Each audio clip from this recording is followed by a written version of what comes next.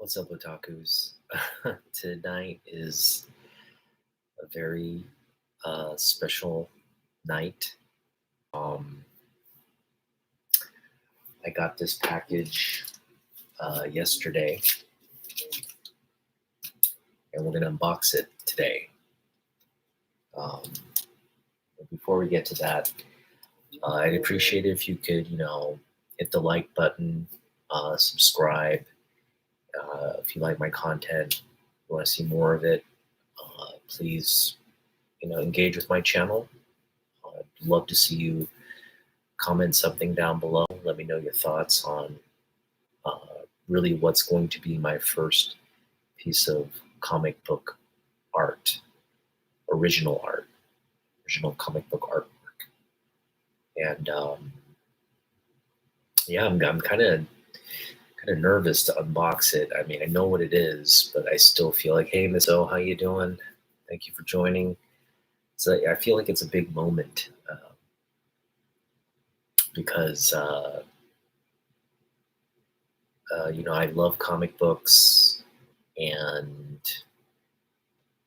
um, it's got just this long storied history, and now I get to own a piece of it. I get to own a piece of comic book history, and it's quite special. It's a nice, um, yeah. I'm just again, I'm a little bit kind of nervous to see the piece, but I'm very excited and very happy to be sharing this moment with you. But before we get to it, I just want to let everybody know, there's a link. Um, there'll be a link. I didn't add it to this one. Actually, it might be there. There's a link to my trade books. So if you want to engage with me, and if there's books you're looking to trade in exchange for the books I'm looking to trade, let's get a deal going. There'll be a link to a Google Sheets page where you can see all the books that I am kind of making available for trade or sale. And I just love to get your offers. Really looking to pick up Superman books from any era, Jim Lee, Neil Adams, John Byrne books, Brian Boland books, and a lot of things from my collecting era, the '90s, late '80s, mid to late '80s. So hopefully, that's stuff you're wanting to trade. Just hit me up with some offers, and then let's talk. All right, we're gonna get right to unboxing the book, and then it'll be kind of just this. I'm gonna dedicate most of the session to just talking about my thoughts on the creators of this page, as well as kind of why I collect comic books. I know I touched upon it in previous videos, but we'll kind of get in depth, kind of reveal things about my backstory, and it'll be a fun session. Thank you, Miss Zoe. Yeah, I'm excited too. I can't wait to share it with you. It's going to be great. All right, so let's see. It's packaged pretty well, so I'm just gonna. I don't have like an X-Acto knife with me, but I'm gonna try to cut a little bit of the corner here and see if we can. If that's not gonna. Okay, yeah. So it's packaged pretty well. It looks like. I was hoping it would come in like a. It might just be in like a. I was hoping it'd come in like a plastic sleeve, but it looks like it's not going to be in a sleeve, so I may just have to go and buy a protective holder for this, because I do not want to. I mean, I do have a holder up there. I don't know if it's going to fit it, though. That's the thing. It very may well fit it. We'll have to check. But yeah, I definitely want this to be well protected and all that. So I'm just going to cover a little bit more up here. I know the tension is building up as we get to this thing. Now, I got a great deal on this piece. In fact, if you go back and watch my video entitled Comic Book, I think Live Art or Comic Book Live Purchasing or something like that from like last week. It's a long, sort of painful video to watch because there were some technical issues where you're just staring at a black screen and all that, and I get, it wasn't the most polished thing.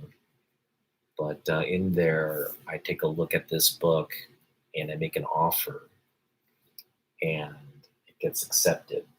So that's the reason I have the book.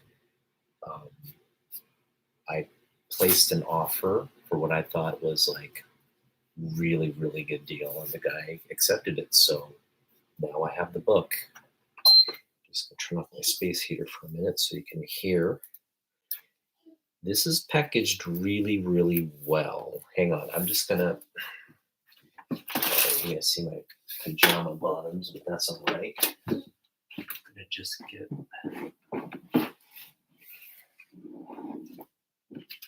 I'm just gonna get this here because this will probably end up housing, this is a,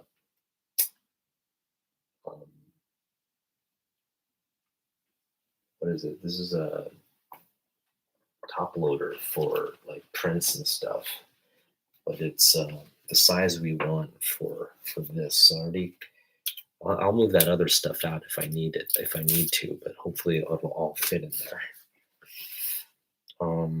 Just gonna cut away the tape. There's a lot of tape here, so I'm gonna be very exact with.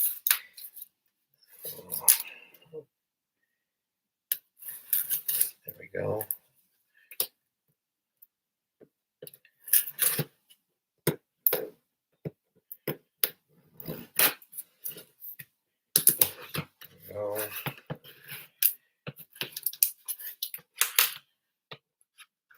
All right. Sorry, this is taking longer than it should, but all part of the process here. So as got here, packaging is good. I mean, it's just a page. It's a piece of,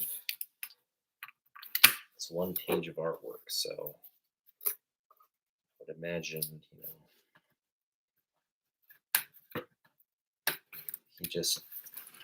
this looks to be like good packaging for comic book type artwork. Maybe it's specific to that. Now, I don't know the details of the ownership. But I will say the guy has a collection of original art. This is just one of the many pages he was selling on his eBay page. But it's also, I think, I looked over his stuff, and this is also probably the most relevant to what I wanted to own.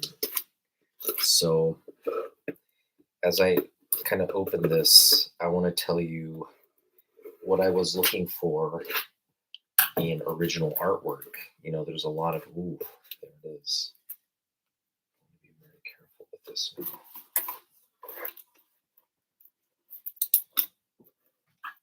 one. There's a lot of things I could have gotten, but really, I mean, if budget was no thing, I would have gotten, page out of Action Comics or something from my favorite artist,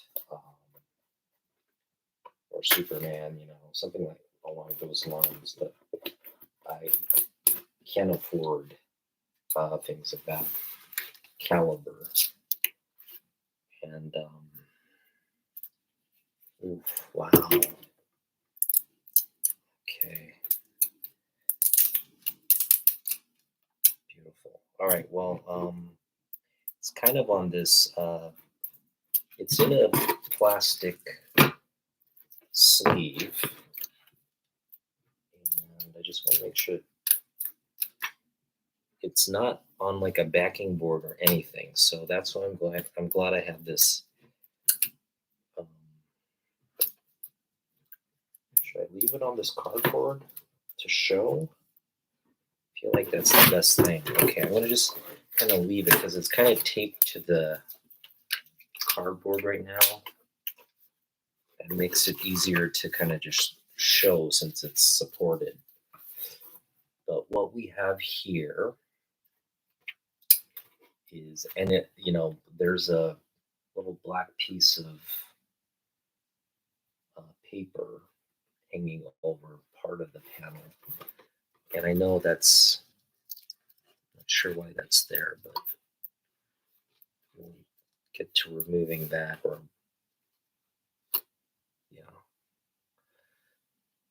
that's just covering it. It's just covering part of it. But all right, well, I'm going to show it off. What we have here is page 15 from the world of Smallville. There you go. Hey, welcome, Ruben 4749. How you doing?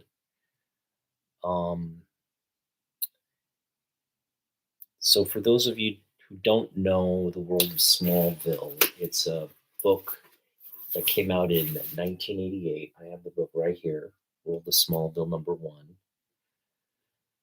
#1. It was written by John Byrne. It was penciled by some legendary artists, penciled by the creative team was just a very legendary team, penciled by Kurt Schaffenberger and inked by Alfredo Alcala. The colorist was Petra Scotis, and the colorer was, what was her name? I have my notes here somewhere. The colorist was Carrie Spiegel. No, sorry. Petra Scotis was the colorist, and the letterer was Carrie Spiegel. So obviously, on this particular issue, you have the writing of Byrne. You have the pencils in the background by Kurt Schaffenberger, inks by Al Alcala, and of course the lettering by Carrie Spiegel. And you're looking at page 15. And this is the original because it's got like little stickers. It's got whiteout. It's got, apparently they didn't have something here, but they decided to go with the name Martha. So if you look at the word bubble there, there's actually like a piece of like tape there that replaces Martha that's on there. And yeah, I mean,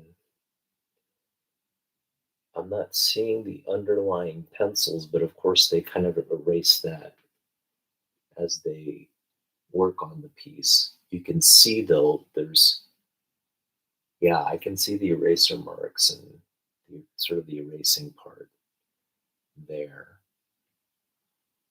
And then there's notes and everything. So yeah, beautiful piece of original artwork, and it looks fantastic. They took very good care of this piece.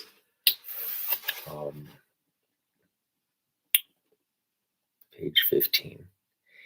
So, this obviously is, I think, a comic book that just it's not real and a real important book. Um, but it is a book I have in my collection, and it's a book I've read. Um, and it's a book really about um, Jonathan and Martha Kent. It's their backstory. Now, John Byrne, he, you know, after the events of Crisis on Infinite Earths, there's a reset in the DC universe, and John Byrne comes out on to rewrite the new timeline for Superman.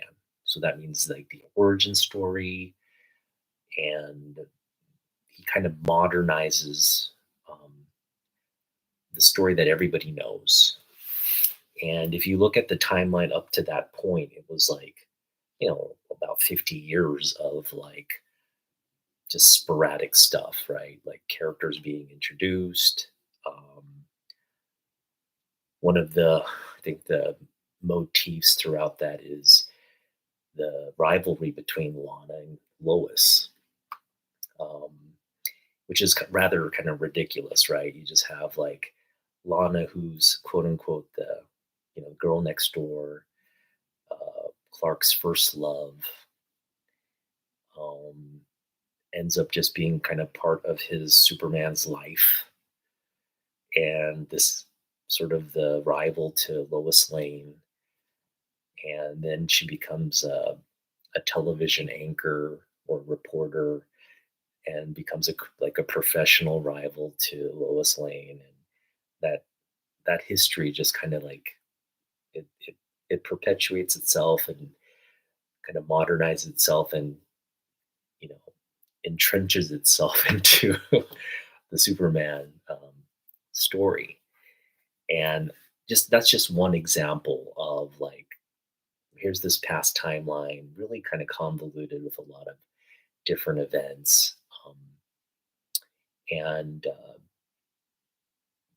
DC kind of blew that all up. They wanted to obviously keep it historical. It's all part of the lore of Superman. But when they created Volume Two of Superman, they wanted to be very thoughtful as like, what are we?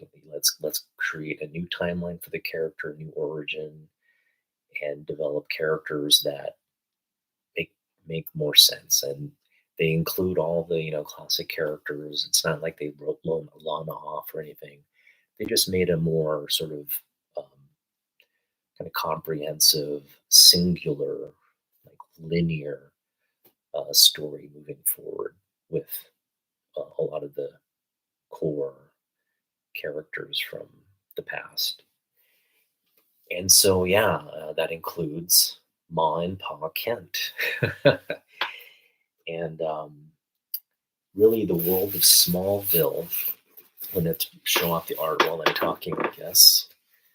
The world of Smallville is really broken in two parts. It's a four-part series. The first two parts deal with a backstory um, where there's a.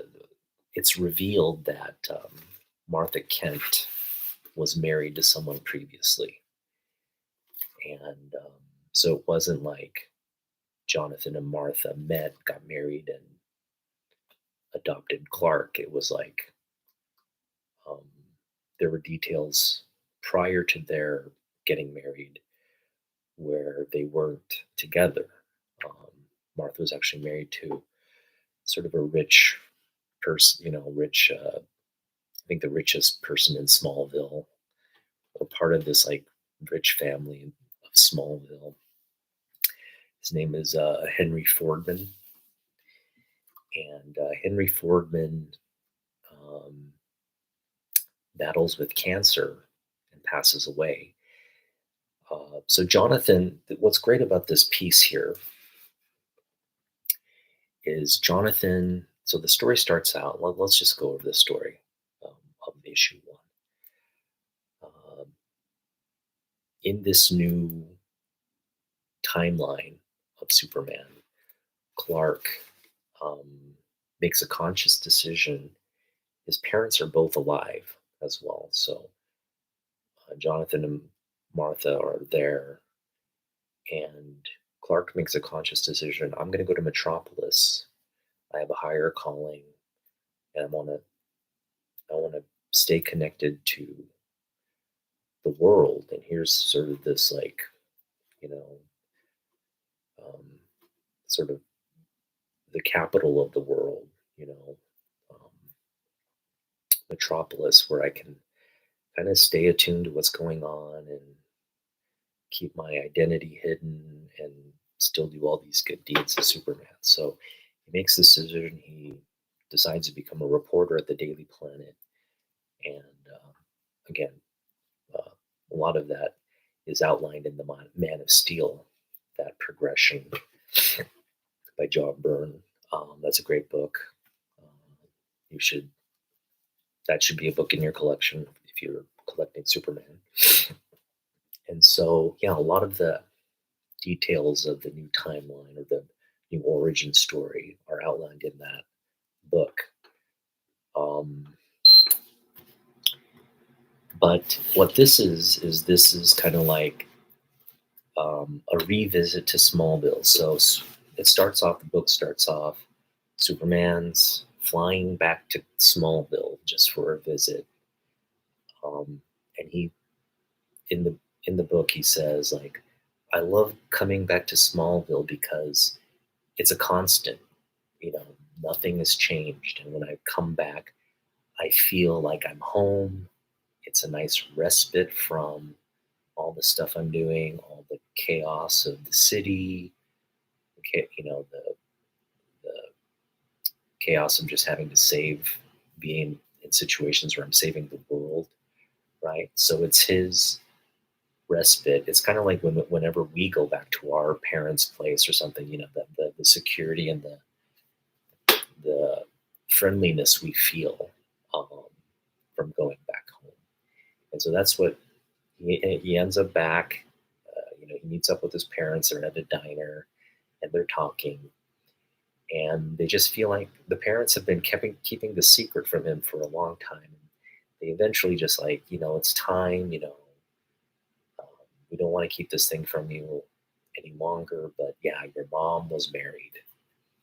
And then they get into the story of how Jonathan and Martha came to be.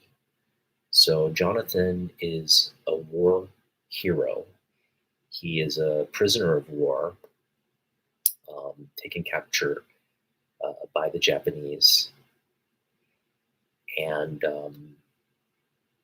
he's eventually, you know, obviously he returns home. Um, he doesn't really want to talk about the war. He's just trying to move on from it. But he's back in Smallville, and he's just getting acclimated to the return. But he's returns as a, you know, war veteran and hero, which is great. I mean, we'll get into um, the creator's history as well. But this is the meet cute.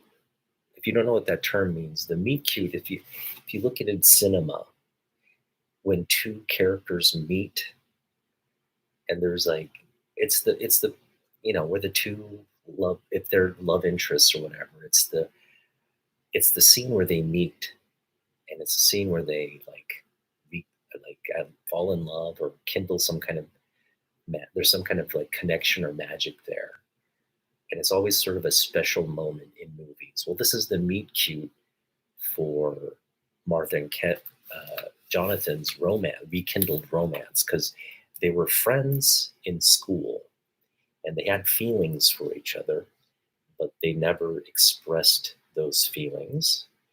And Martha kind of pined for Jonathan, and Jonathan pined for Martha, but they never, again, that was never realized because Jonathan got, you know, captured during the war, and that got out, and then Martha thought, oh, he's probably dead, So she moved on with her life and got married to the rich guy in town.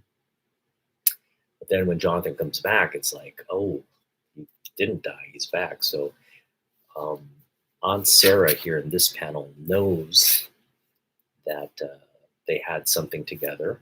And so she sets up this kind of meeting. She calls Martha and sends Jonathan out on an errand. And so Martha's waiting for him. And this is sort of the scene where they meet. And it's like, Martha, good to see you. How's Dan? Oh, he's better these days. Thank you. And there's just a collegial sort of handshake. And then she mentions he has cancer and he's very shocked. And he's like, oh, sorry, nobody told me he was sick. And she's like, then she breaks down and crying. And then he says, Martha, like, it's this just great, meet cute moment. Um, and then eventually, Dan meets with Jonathan. And he basically says, hey, I want to talk to you in private. And he asks, I don't have long to live. When I die, I want you to um, court Martha and marry her and take care of her for me. And Jonathan's like, oh, I don't know about this, like, I don't know, like, what does Martha say? And it's sort of a question of like, will they or won't they get together? But Dan eventually dies, and then yeah, it naturally kind of happens that they kind of meet. Jonathan's walking down the street and she meets with him after the will is read. She basically gives up an inheritance. She just wants like 10 acres of land as her, you know, like inheritance from uh, what's left from in Dan's will. And she helped kind of rewrite that. She didn't want the money because the family members were like, "Oh, you're this gold digger and all that." She's like, "No, I cared for the man, but I feel bad because I never really loved the guy." And she just kind of like again takes this land, and then they naturally just kind of gravitate toward each other and become friends, and then eventually, you know, they end up married, and the rest is history. Because then they go through a progression where they're trying to have children, but then there's this really interesting side story which happens in chapters 3 and 4, and that's where the second half of this Smallville story focuses on Lana and the events around uh, Lana's um, story arc, and it's a very interesting one. She's basically used by these manhunters to um, spy on like Kal-El or Clark as he's growing up. Like she reports on any developments regarding Superman, and then she's kind of like brainwashed into doing this, and then Superman figures it out. And this is in another related issue, but he dispels this kind of brainwashing, and she's back to her. Well, it was like a chip in the back of her, like some kind of creature chip in the back of her spine. He dispels it. She's back to her normal self, but she feels all this guilt because she was spying, and she loses her Aunt Helen. So her parents are killed. She's orphaned by these manhunters because they kill her parents, and then she's adopted by her Aunt Helen. And then her Aunt Helen dies because she goes off, and Aunt Helen dies of despair. She doesn't know what happens to Lana. There's just real like dark stuff in Lana's backstory. And then it's revealed. Let me just put this down for a minute. It's kind of revealed in this book as well. It's revealed that Lana hasn't moved on. Lana is kind of still in love with. Oh, that's another thing. The comic books, Lana was always trying to like figure out or prove that Clark was Superman. and Lois as well. They're both trying to like in Superboy, Lana was trying to like peek and see or get him into situations where he would reveal himself. It never happened. And the same goes for Lois in the Superman books. They're kind of just playing the same kind of romantic interest, um, who's out to get like suspects but doesn't really know. Um, but in this arc, um, Clark is um, close friends with Lana. They have romantic feelings for each other. I think they're quote unquote dating. Um, and everybody just thinks, oh yeah, Clark and Lana, they're going to get married and all that. But Clark reveals to Lana that he's going to move to Metropolis, and the reason he's moving there because he has a higher purpose. And then he reveals his powers and secrets to her, and he flies her around, and it's just this great moment where like he trusts her with the secret, and she keeps the secret, even though she's doing this underground spy stuff for against her will, by the way. But she keeps the secret, and but she's also kind of tormented because she hasn't moved on. She still has feelings for him, and she sees him like like thriving. Clark's got a new love interest in Lois, and she's just the forgotten love, um, who's hasn't really done anything with her life, still in Smallville, has lost her family members. Um, it's kind of it's kind of depressing, and but that was kind of like, again, it was intentional in this story to make Lana a big part of Clark's growth and his love interest. That remains at the core. But also, kind of like, I'm not that person. I'm not Smallville anymore. And he sheds aspects of his life in Smallville. Glenn Ford. I'm glad you mentioned Glenn Ford. We have like Phyllis Dexter. Glenn Ford played Jonathan and Martha in the original movie. Brilliant performances. Really just captures the emotion, and it's what sparks Clark in the movie to pursue his higher power, because he's like, I've got all these powers and I couldn't even save my dad from having a heart attack, right? And again, he leaves Smallville and answers his calling as Superman. It's a really poignant moment. And again, these are like core characters. So to have the origin of these like really important core characters to Superman in the modern era, it's just, for me, is like a privilege. Again, the meet cute moment between Martha and Jonathan, I own it now, and it's it's just great to have. Um, so yeah, let's get into the artists. The art here is, I mean, I don't think John Byrne. We need to get into John Byrne too much. You all know he's a legendary comic book creator, uh, legend in both Marvel, DC, as an artist, as a writer, pretty much in every capacity he's worked. And he's worked on some of the biggest titles and characters throughout the history of his career. Um, and again, he penned this story, which is a really, again, kind of just an homage to Smallville. Uh, and it's really about love, right? It's a love story between initially uh, Martha and Jonathan, and then toward the latter, in issues 3 and 4, the love between Clark and Lana. Um,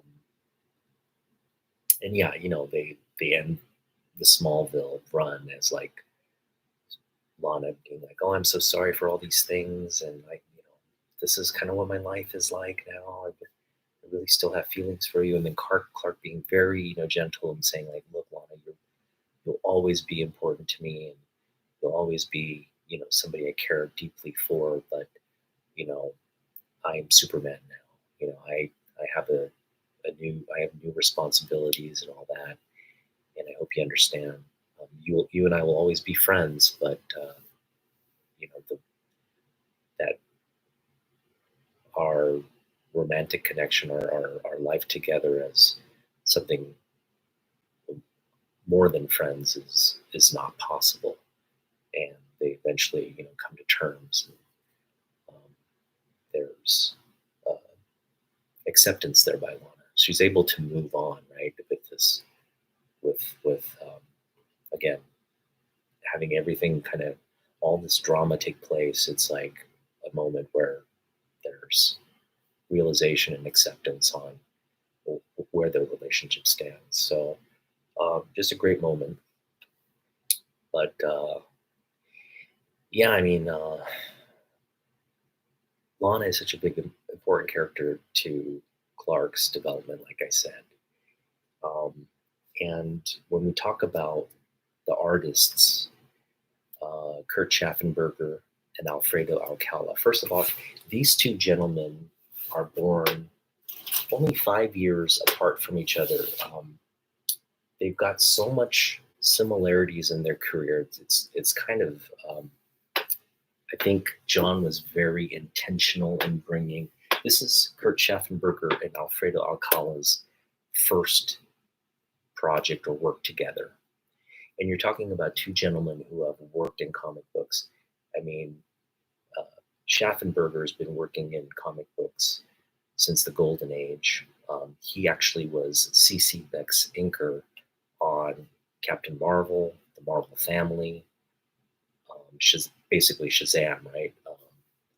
For all those years.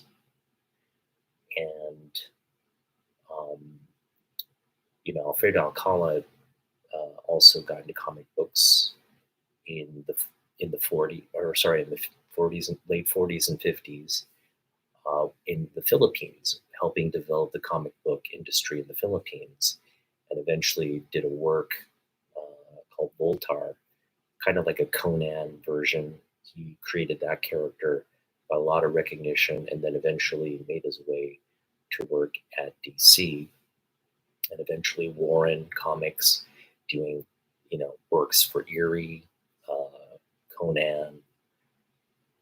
Sorry, Conan would be for for Marvel.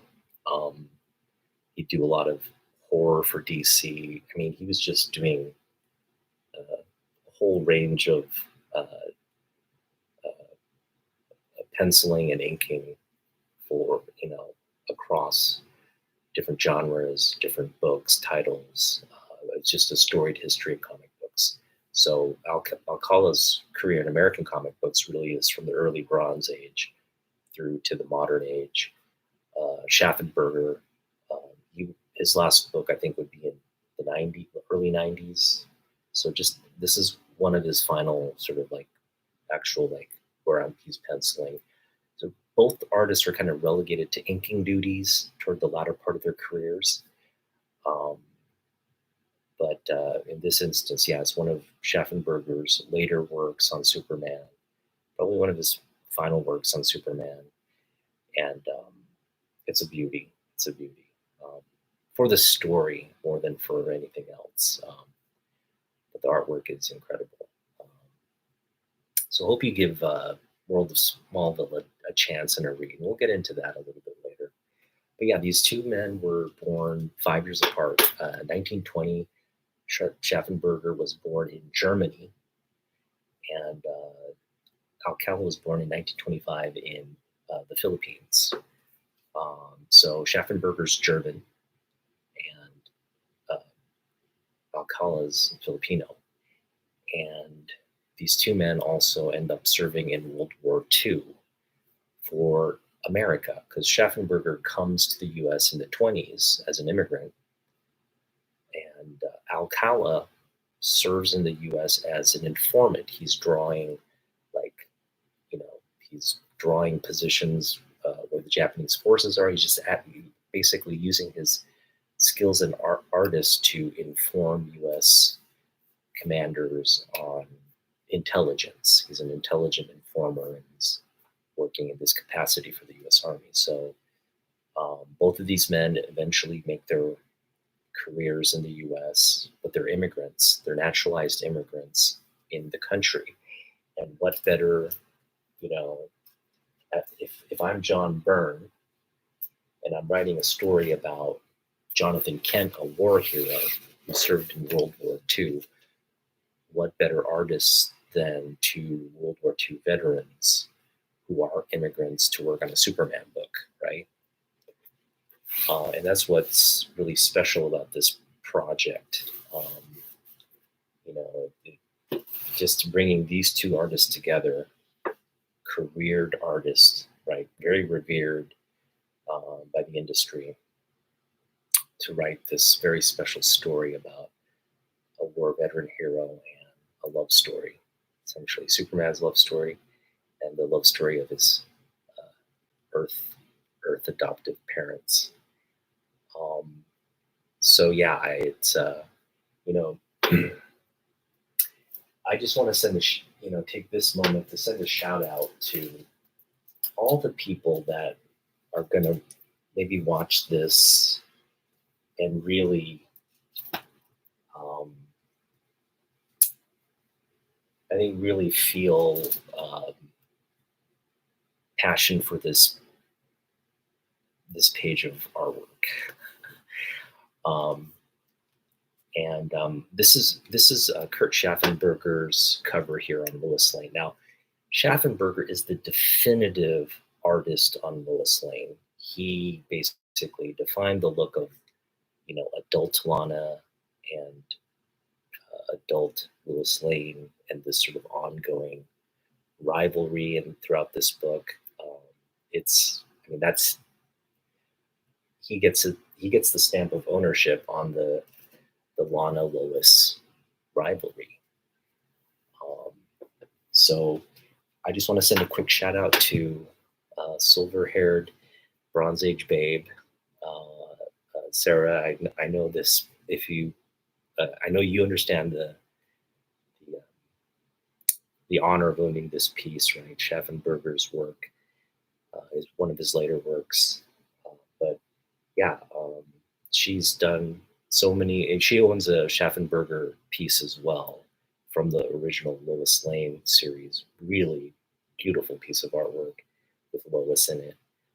But yeah, what's not lost, he's obviously defined Lois on the title book, but also etched in that is his definitive look for Lana, as this sort of like, she kind of looks like, I want to say, like a redheaded, like Lauren Bacall, I guess.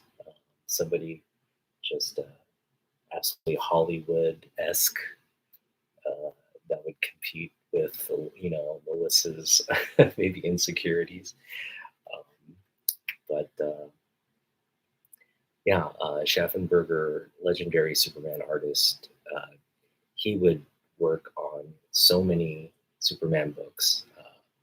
He'd go on to ink and pencil in Action Comics, Superman Family, the New Adventures of Superboy. He would pencil that during the Bronze Age and early Copper Age, or I should say late Bronze Age, early Copper Age. Yeah, just to own a Schaffenberger piece in a Superman book is that's just a mic drop right there. And then to add on to that, add another layer onto that is another legendary. And again, shout out to Jeff, my partner in crime, who understands Alfredo Alcala's contributions to the horror genres, to the fantasy genres, to war and publishing, right, to the vampy books and the eerie books that he collects. Alcala is such a trailblazer for Asian American artists. He was part of a core group of Filipino creators who came to the US to work in comic books in the early Bronze Age, really establishing. We talked on a lot about on this channel about artists like Kim Sano, um, these Asian artists that came to the U.S. to work and really blazed a trail for Asian artists, Asian American artists to be given opportunities because of the quality of their work. Alcala is just one of those trailblazers as well. Um, and so I want to give a shout out to Jeff. I want to give a shout out to E-Man. I want to give a shout out to Namin Hung. I want to give a shout out to Metarog, um, who understand the importance of Alfredo Alcala's contributions to the comic book industry and to diversity in the industry as a whole. Again, legendary artist, and obviously, Byrne brought these two great artists together on this book and created what was to be a love story um, for the book Smallville. Now, I'm just going to go back to the piece now. So we have this piece. Another thing, and this is something there's no verification, but Schaffenberger is known to draw himself in his books. He'll he'll be like a doctor character. He'll draw himself and insert himself as a character in a lot of his books. And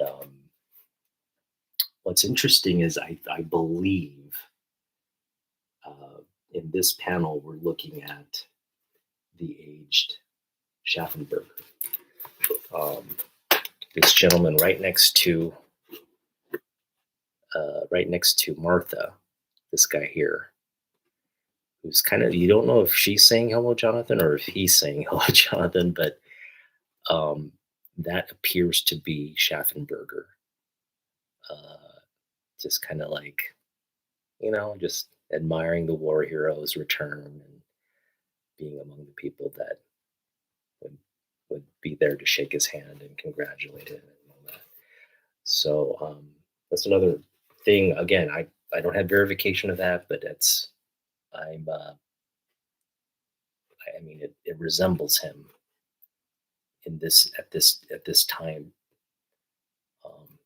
when this piece was created, right? So that's something I'm going to stick with, just to say, like, that Schaffenberger right there. But yeah, you got these two great artists coming together and working on this book. I also want to give a shout out to Damien.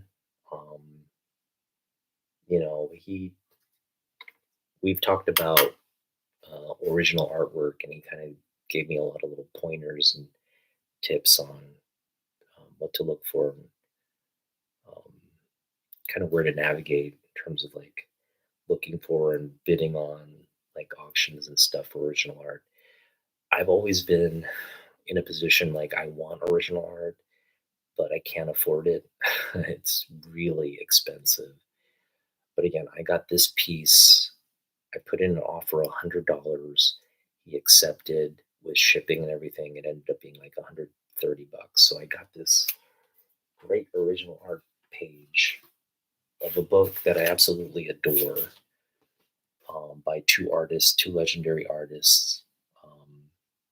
One being a legendary Superman artist, on the meet cute moment for Martha and Jonathan. It's just for me like almost unbelievable to get it at that price, because it's like this is original artwork, right? It's not like a comic book or anything like that. This is like a piece of the history of DC Comics. So it's just huge. I would love to hang it on the wall. Um, I'm initially what I'm going to do is I want to kind of transfer it to this this protective holder. Just transfer it there and eventually frame it. Yeah, eventually get it framed and you know just have it. This was initially supposed to be page 19, but it ends up being page 15. So they edit and think they wanted to just. It's obviously like there was more sort of backstory to maybe Martha and Jonathan's history or whatever, but they cut out a lot of it, I guess, and moved it up from 19 to 15. But again, it's the meet cute moment. You see all the little sort of rub marks from the ink on the erasing and everything. It's an original piece, so just a beautiful piece. And Martha looks just so. She kind of looks um, like if Lana and Lois were to have a a, a child. I think she had like a daughter. She would be like the amalgamation of the young Martha would be an amalgamation of Lois and Lana, which is that's just another theory that I have, but it's something kind of interesting. I want to talk about. Okay, so I'm going to give another shout out to Raf from comic. What is it? Forgive me for continuing to forget. I think it's called Prestige Comics or uh, Vintage Comics. I think it's called Vintage Comics. But shout out to Raf. Um, we have to visit the history of this book. This book, okay, so this book was not well received when it first hit. Man of Steel, which was again um, the post-crisis introduction and launch of Superman. Okay, uh, but it was upstaged by another book, another miniseries, so this was launched in October of 1986. 1986 was a great year. I mean, I don't know about you guys, but that was just so full of like, good movies. Uh, it was just, we're talking about the 80s, right? The 80s were just like this sort of idyllic period of, summers and like just American life, pop culture, music, everything. Yeah, 86, right? And so I was in sixth grade in 86 too, right? It was just like a lot of things going on. I remember one specific song. It was Van Halen. Um, uh, it's the Why Can't This Be Love? You know that song? That was just like the jam for the summer, right? Um, yeah. Is This Love? I think it's what it's called, right? Is This Love? Or something. Anyway, but that Van Halen song, it was a great year. But the timing of comic books or the timing of content is very important to uh, its success, right? And in 1978, December, the original Christopher Reeve Superman. Now it was a blockbuster and it was a hit, but it was released after Star Wars. And so Star Wars came out and just blew everybody's mind. And when Superman came out, it was kind of like, oh, okay, here's this other great movie, but a lot of the public attention was just solely focused on like the success of Star Wars and like kids, especially kids, right? The kids are wanting Star Wars figures, not Superman dolls. I was one of the exceptions to like Star Wars wasn't really on my radar till much later. I was more into Superman when the movie came out because I saw it. I didn't see Star Wars in the theaters, but I saw Superman in theaters. And when you're a kid, you just, you latch onto what you're exposed to. But that's a great example of like Superman the movie probably would have been a bigger blockbuster had it launched before Star Wars rather than after. It still was a big movie, don't get me wrong, but imagine like had Superman come out and then Star Wars, you just probably would have had a lot more people focused on Star Wars. It also came out in the winter versus like a summer blockbuster, so just the timing of winter movies versus like a summer, you know, kind of like summer, movie when the kids are on vacation and everybody's just kind of like lazy summers and all that, right? So um, the timing of the movie of Superman was not ideal for that particular watch.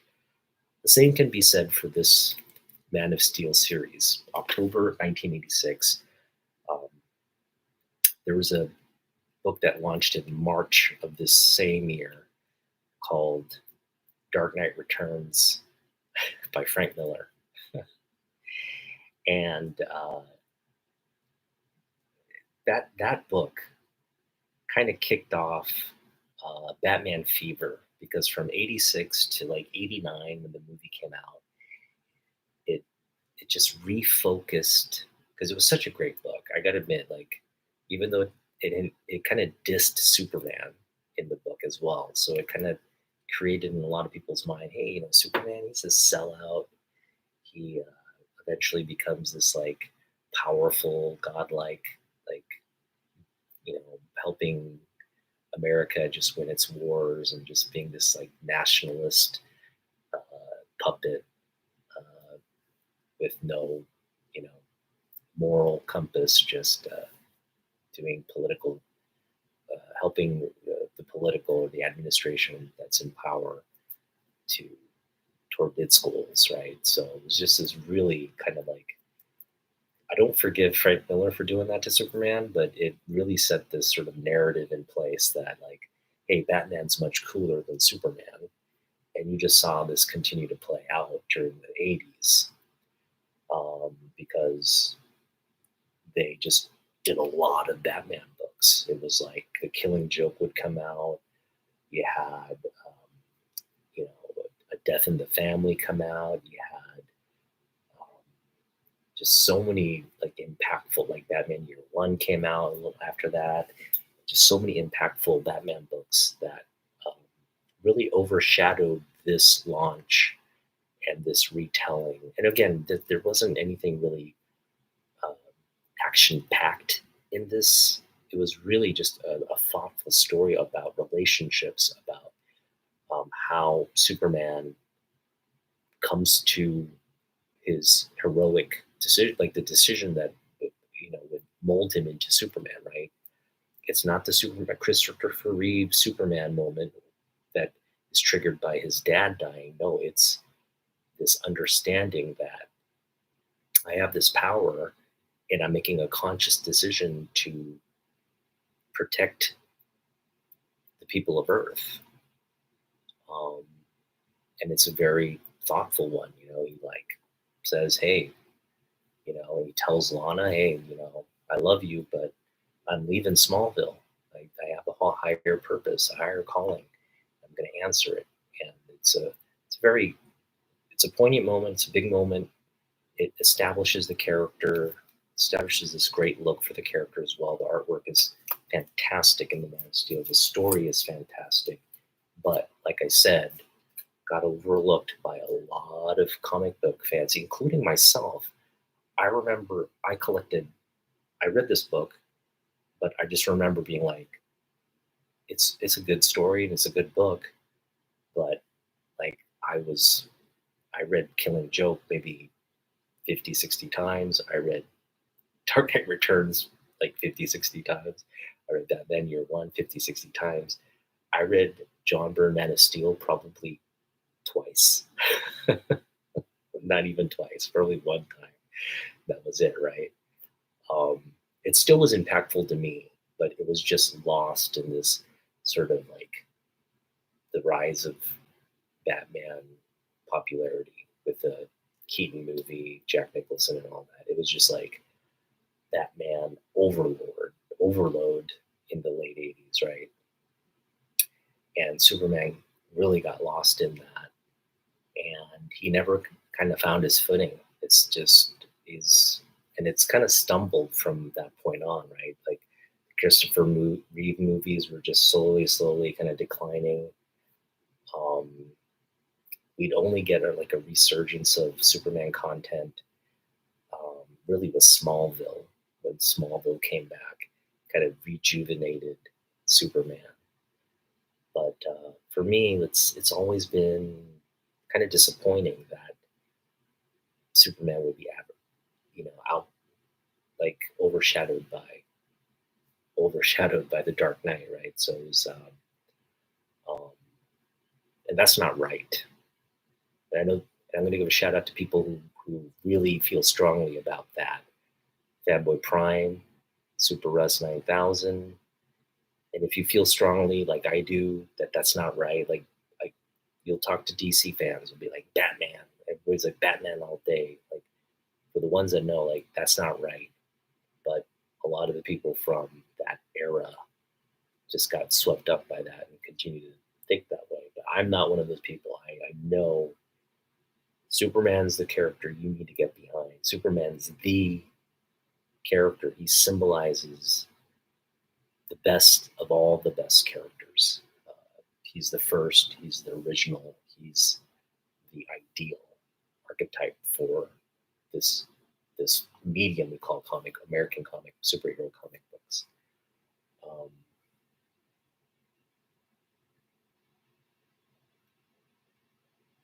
yeah, it's how I feel. I mean, obviously, um, I do like Batman too. I don't want to take anything away from Batman, but they're two very different characters. Um, and for me, like again, my personal experience with Superman, from the movies to the cartoons to comic books to Smallville to Jim Lee getting into Superman, and now kind of coming full circle with Action Comics 1000 recently, getting published, and we're approaching the centennial. Now, mind you, we did the golden anniversary, the 50th anniversary of Superman back during this period, during 80, what was it, 1988? This was the golden anniversary of Superman. Did you hear anything about the golden anniversary of Superman when in 1988? No. There's a reason for that they would relaunch Volume 2 for the golden anniversary of Superman. Just never gained traction. People didn't talk about it. It's kind of like, oh yeah, that's nice. We saw the 30th year, we saw the 40th. It's a golden anniversary, big whoop and do. Like that's kind of how it felt. We're approaching the centennial of this character, and I just hope history doesn't repeat itself and we give the Man of Steel a proper centennial celebration. And that's why I'm excited about the Gun Project, because it's galvanizing the popularity. I'm talking mass popularity around Superman. Um, it's getting collectors excited to collect Superman again. It's getting people excited about the character again.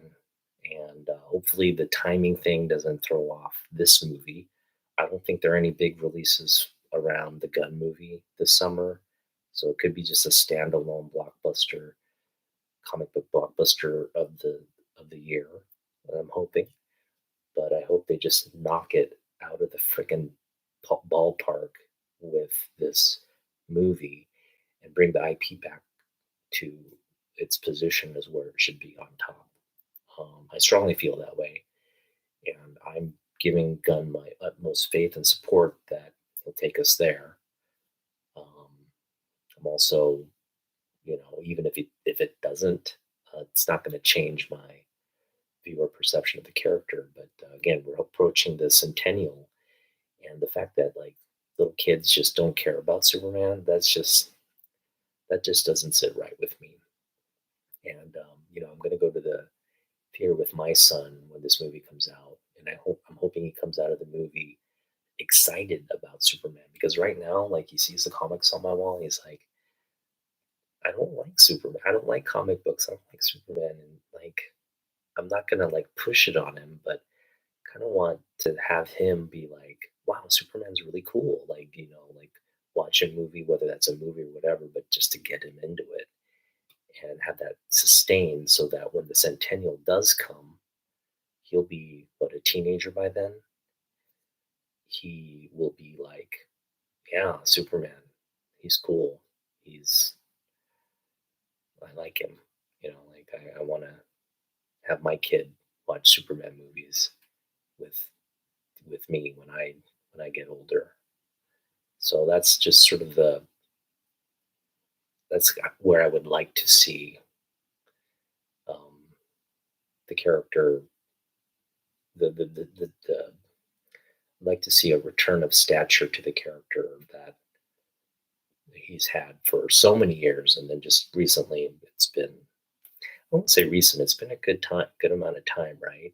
I think people who truly love Superman and know Superman, they've never really abandoned him. And really, Superman fans are kind of closeted fans, right? They're not like going around shouting, "No, Superman's better than all of your freaking heroes."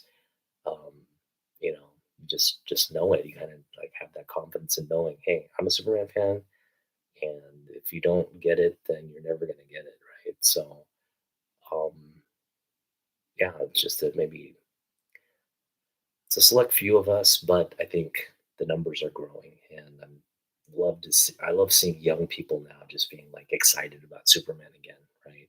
They're talking about Superman. They're excited for the gun film.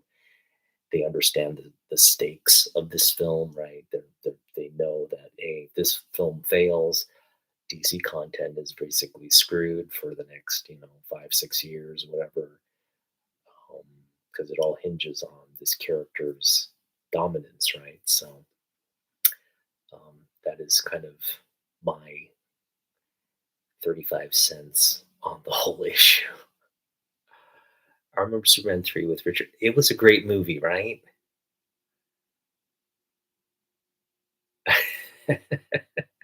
Nicholas Cage. That would have been horrible. The receding hairline and the god awful suit, man. That suit was horrible. Um, it's going against Cap America Brave New World 30 Days Apart, I think. Cap's not going to stand a chance. Come on. I felt it was let down, honestly, in the third film. The third film, okay, the third film was a comedy in a lot of ways because it was just Richard Pryor and this really ridiculous, like, he's this like computer scientist, and then they developed this like supercomputer that could like defeat Superman and all this, and they expose him to, I think, blue kryptonite or something. What was it? And then but the best part of that movie, first off, Lana Lang, played by Annette O'Toole, a hot Annette O'Toole. Okay, we're talking like she was smoking in that role as Lana Lang, and the battle between Clark and evil Superman, right? Um, and I really look at that as like the battle between Clark and um, all the human. So Clark is Superman in that battle, and the evil Superman. I look at it as like all the reasons that Clark would the human the human uh, moral aspects of why Superman would abuse the power he has, right? And so it's really this sort of like good versus truly like a good versus evil battle. And then the more abuse Clark takes, the stronger he gets in that battle, and eventually gets, and the weaker Superman becomes, right? The more abuse and, or I guess, bad he does to this good character, the stronger the good character becomes, and eventually kind of takes over, and he returns to his normal self. But yeah, the ending is horrible. The writing in that is pretty bad. The acting is like subpar, but it's just campy. It's really campy Superman, and I agree. Superman 3 was not a great movie, but Reeves still did a great portrayal in that. Um, Especially those, like, again, the romance scenes with him and Lana and all that. That's great. Especially the diamond crushing scene. He like crushes the diamond and takes her this like gigantic diamond ring and gives it to her and all that. Just a great moment. And I wouldn't be too hard on Superman 3. There's a lot worse films out there, so hopefully you guys are a little forgiving. Uh, Snyder. My thoughts on the Snyder Superman. I didn't hate the Snyder Superman. Um, the thing I hated most about the Snyder Superman, to be honest, was the look. They took the underwear off him, right? And I was just like, I was pissed off about that. But overall, I thought it was a pretty good movie. It was a little darker than I would have liked to see the Clark character, but again, they create this scenario where like Clark has to watch his dad die because he can't go and rescue him. He has to like sit there and watch his dad get, you know, taken in a tornado, and it's all about having to hide his identity and blend in and not be his true self. And then he comes to terms with that, and he's like, "Screw it! Like I'm Superman." And so kind of a different take on, uh, especially this modern take. What I'm referring to, right? This take here, where you're actively making a choice, whether it's not, you can have all these bad things happen to you, but you're making a choice to be Superman. Um, Whereas, like Man of Steel felt like it's, you know, eventually, like, I guess it's the same concept, right? He has all these bad things happen to him, but he's forced to reckon with that and become Superman and help the world. Um, but yeah, it was, it didn't feel like the Christopher Reeve movies, and it didn't feel like it was the essence of the character, especially the Clark to Superman transition. Like, Cavill played Clark too straight. Like, you didn't see the, like, Clark is supposed to be like this, like, like if you look at the, oh, golly, golly, Lois, like he's just this geek, right? He's just this nerd who is a stickler for the rules and kind of like the, the stick in the mud. Um, and yeah, you didn't see any of that smart portrayal in the Cavill's Clark. And so overall, I just didn't feel connected to that movie. I thought the Brandon Ruth Superman movie was better than the Man of Steel, to be honest. That's another movie that didn't really kind of gain traction, maybe because of other blockbuster hits that year. I think Pirates of the Caribbean was the big movie that summer, but that's another movie maybe where timing or the cast or something just was off. I really enjoyed that movie. I thought Kevin Spacey played a great Lex Luthor, and the ending, how that he comes out of the ocean and all that, and it's pretty cool. But yeah, Superman is definitely. Oh, Annette O'Toole. Annette O'Toole went on to play Martha Kent in Smallville. So She went from playing Lana Lang to Martha Kent, and I'm not sure what she's doing these days, but she's a legendary actress as well. I mean, she's been in so many uh, movies, television and movie roles throughout her career. A smoking hottie, man. Um, they really cast the Lana. She was just like like your ideal casting for Lana Lang, right? And I really hope they bring Lana in the gun. I hope they don't erase Lana because I know right now in the modern books, Lana is not a big. She was kind of like relegated to, okay, you're the past, right? You're Smallville, you're the past, right? You're um, the nostalgia part of Clark's identity. Um, but Lois is the present and the future, right? He's the one he chooses to marry, and she's the focus of his life. And they built this huge like family around um, the character now. With his sons, Jonathan, Kent, and then they're now like the younger generation of superheroes. Um, so in the modern books, you just don't get much Lana Lang, which is I guess makes sense, but at the same time, for us old school people, you kind of want to know she's in the background somewhere, or sort of part of their lives or something. But I really hope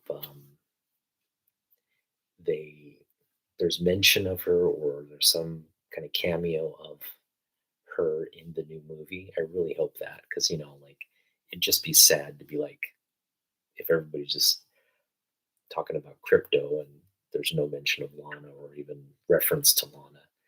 That would be tragic, in my opinion. But we'll see. Keeping hope for that for the Lana character. I love Lana.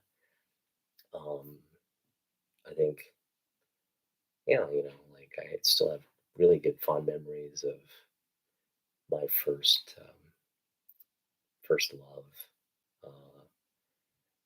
and yeah, I'm not friends with my first love right now, but we ended things amicably, and we were friends even after our breakup. So it's one of those things, like you kind of move on, but you always remember fondly uh, those memories and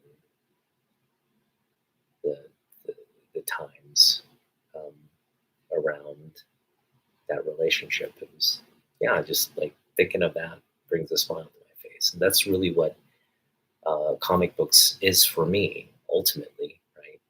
And I'm sure it is for all of you as well. Comic books is a strong connection to nostalgia, to a lost age, whether you're reading the book at that time, just the memory, kind of like a song, right? You hear a song and it takes you back. Um, these books, just the visual representation of these books, the memory of reading the stories, all these things when you're hopefully younger.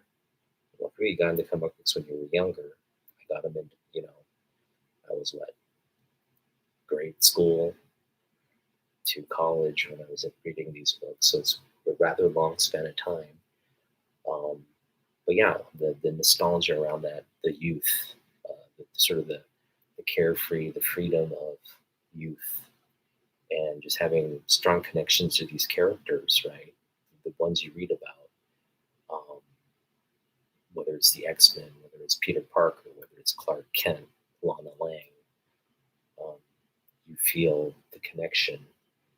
And for me, now with this art piece, um,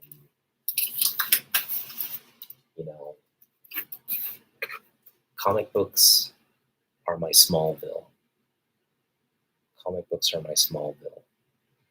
And I really like it's literal now. Like I own a piece of Smallville now. And I own a piece of the world of Smallville now. And just I'll cherish it forever. I mean, it's Love it. I love this piece. Now that I have it in front of me, it's more meaningful. Such a great, nothing outlandish. Just a nice meet cute moment. Meet cute moment between Jonathan and Martha. Old Ma and Pa Kent. Ma and Pa Kent get a slice of the rhubarb pie, and yeah. Oh, hey, Damien. I'm glad you popped in. Yeah. Um, Kurt Schaffenberger piece, Alfredo Alcala inked, John Byrne script, Kurt Schaffenberger. Yes, original Kurt Schaffenberger, original art here. Um, and it's the meet cute moment between Martha and Jonathan Kent. Jonathan is back from being a POW in World War II, and his aunt sort of sets up this. She calls Martha, says, "Hey, Jonathan's going to be at the store, women's store. Why don't you drop by?" And she's there waiting for him, and they have this nice little moment. This is where their romance gets rekindled. So, yes, it's great. Love it. Love this piece. I'm I got it for a great price. I put a offer for it. Guy accepted, so I got this for about $130 shipped, um, which is fantastic, right? It's like, dude, like a piece of Superman art from my collecting era, where you have John Byrne, Kurt Schaffenberger, and Alfredo Alcala as the creators, uh, and it's Ma and Pa Kent's origin story in the modern age. It's just kind of mind blowing. Yes, yes, yeah. I don't think I'll ever get a piece like this at that price ever. But I'm very happy with the fact that I got this a page out of this book. You know, the Secrets, Dan Fordman. Um, hopefully you read this, Damien. Have you read this book? Not a bad read. I mean, I would recommend it. It's a good read. It's kind of like a continuation of it's a continuation to this book. I know you probably read this book, right? Just sort of a continuation of this, sort of more context around Martha and Jonathan, and also sort of follow up to what's going on with Lana, and kind of like tying up loose ends with Clark and Lana. It's, really two kind of intertwined as like two separate love stories. The love story between Martha and Jonathan, and then the love story between Clark and Lana. It's great. Great little mini series. I would recommend. Yeah, I'd recommend The World of Smallville if you haven't read it. Um, that is it. I'm gonna now try to figure out how to get this into the top loader and just kind of preserve it, have it um, kind of ready to display and all that. But really happy with this piece. So thank you for joining me on what is a very special unboxing. And I'll just like I went over why this piece was very special to me, but um, just having it now, uh, having my first original art piece, because I've always like wanted something part of the stuff I collect. I just always wanted something. Didn't matter kind of what it was, but it was just something if I could have it, um, and just have something part of this great history of comic books. Right? Just there's so much there in the history of comic books, but just to have a piece of it um, was always sort of something I wanted to experience and have. And now that I have it, I see the rabbit hole that people fall down with original art. It's just like it's just it's a one on one, right? It's like just one of those things like yeah, you own a page of original comic book art. It's like I get it. I get why people want to own stuff like that and they'll pay top dollar for it, right? So thank you, Damien. Yeah, I mean, yeah, I like it. Have a Schaffenberger piece. So such a legend, and really the story of around him and Alcala is like. Hopefully, you go back and watch this video, but I talked about it.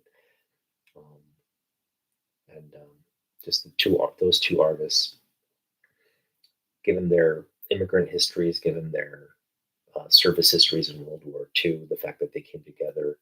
This is their first project, but they came together toward the end of their careers to put out this love story piece for a Superman book is fantastic, fantastic, absolutely superb.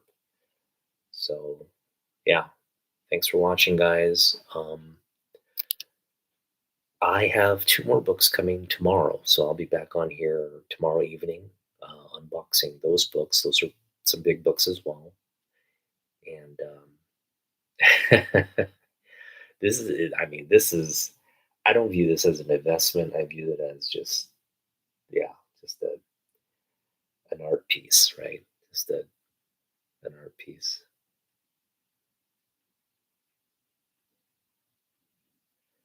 Yeah, Alcala is legendary Filipino artist. Whoa, where am I?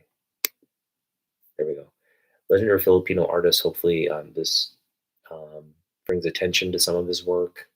Um, so, really, again, these two artists, Schaffenberger and Alcala, they were kind of relegated to more inking duties toward the latter part of their careers, but toward the beginning parts of their careers, they were very illustrious pencilers and um,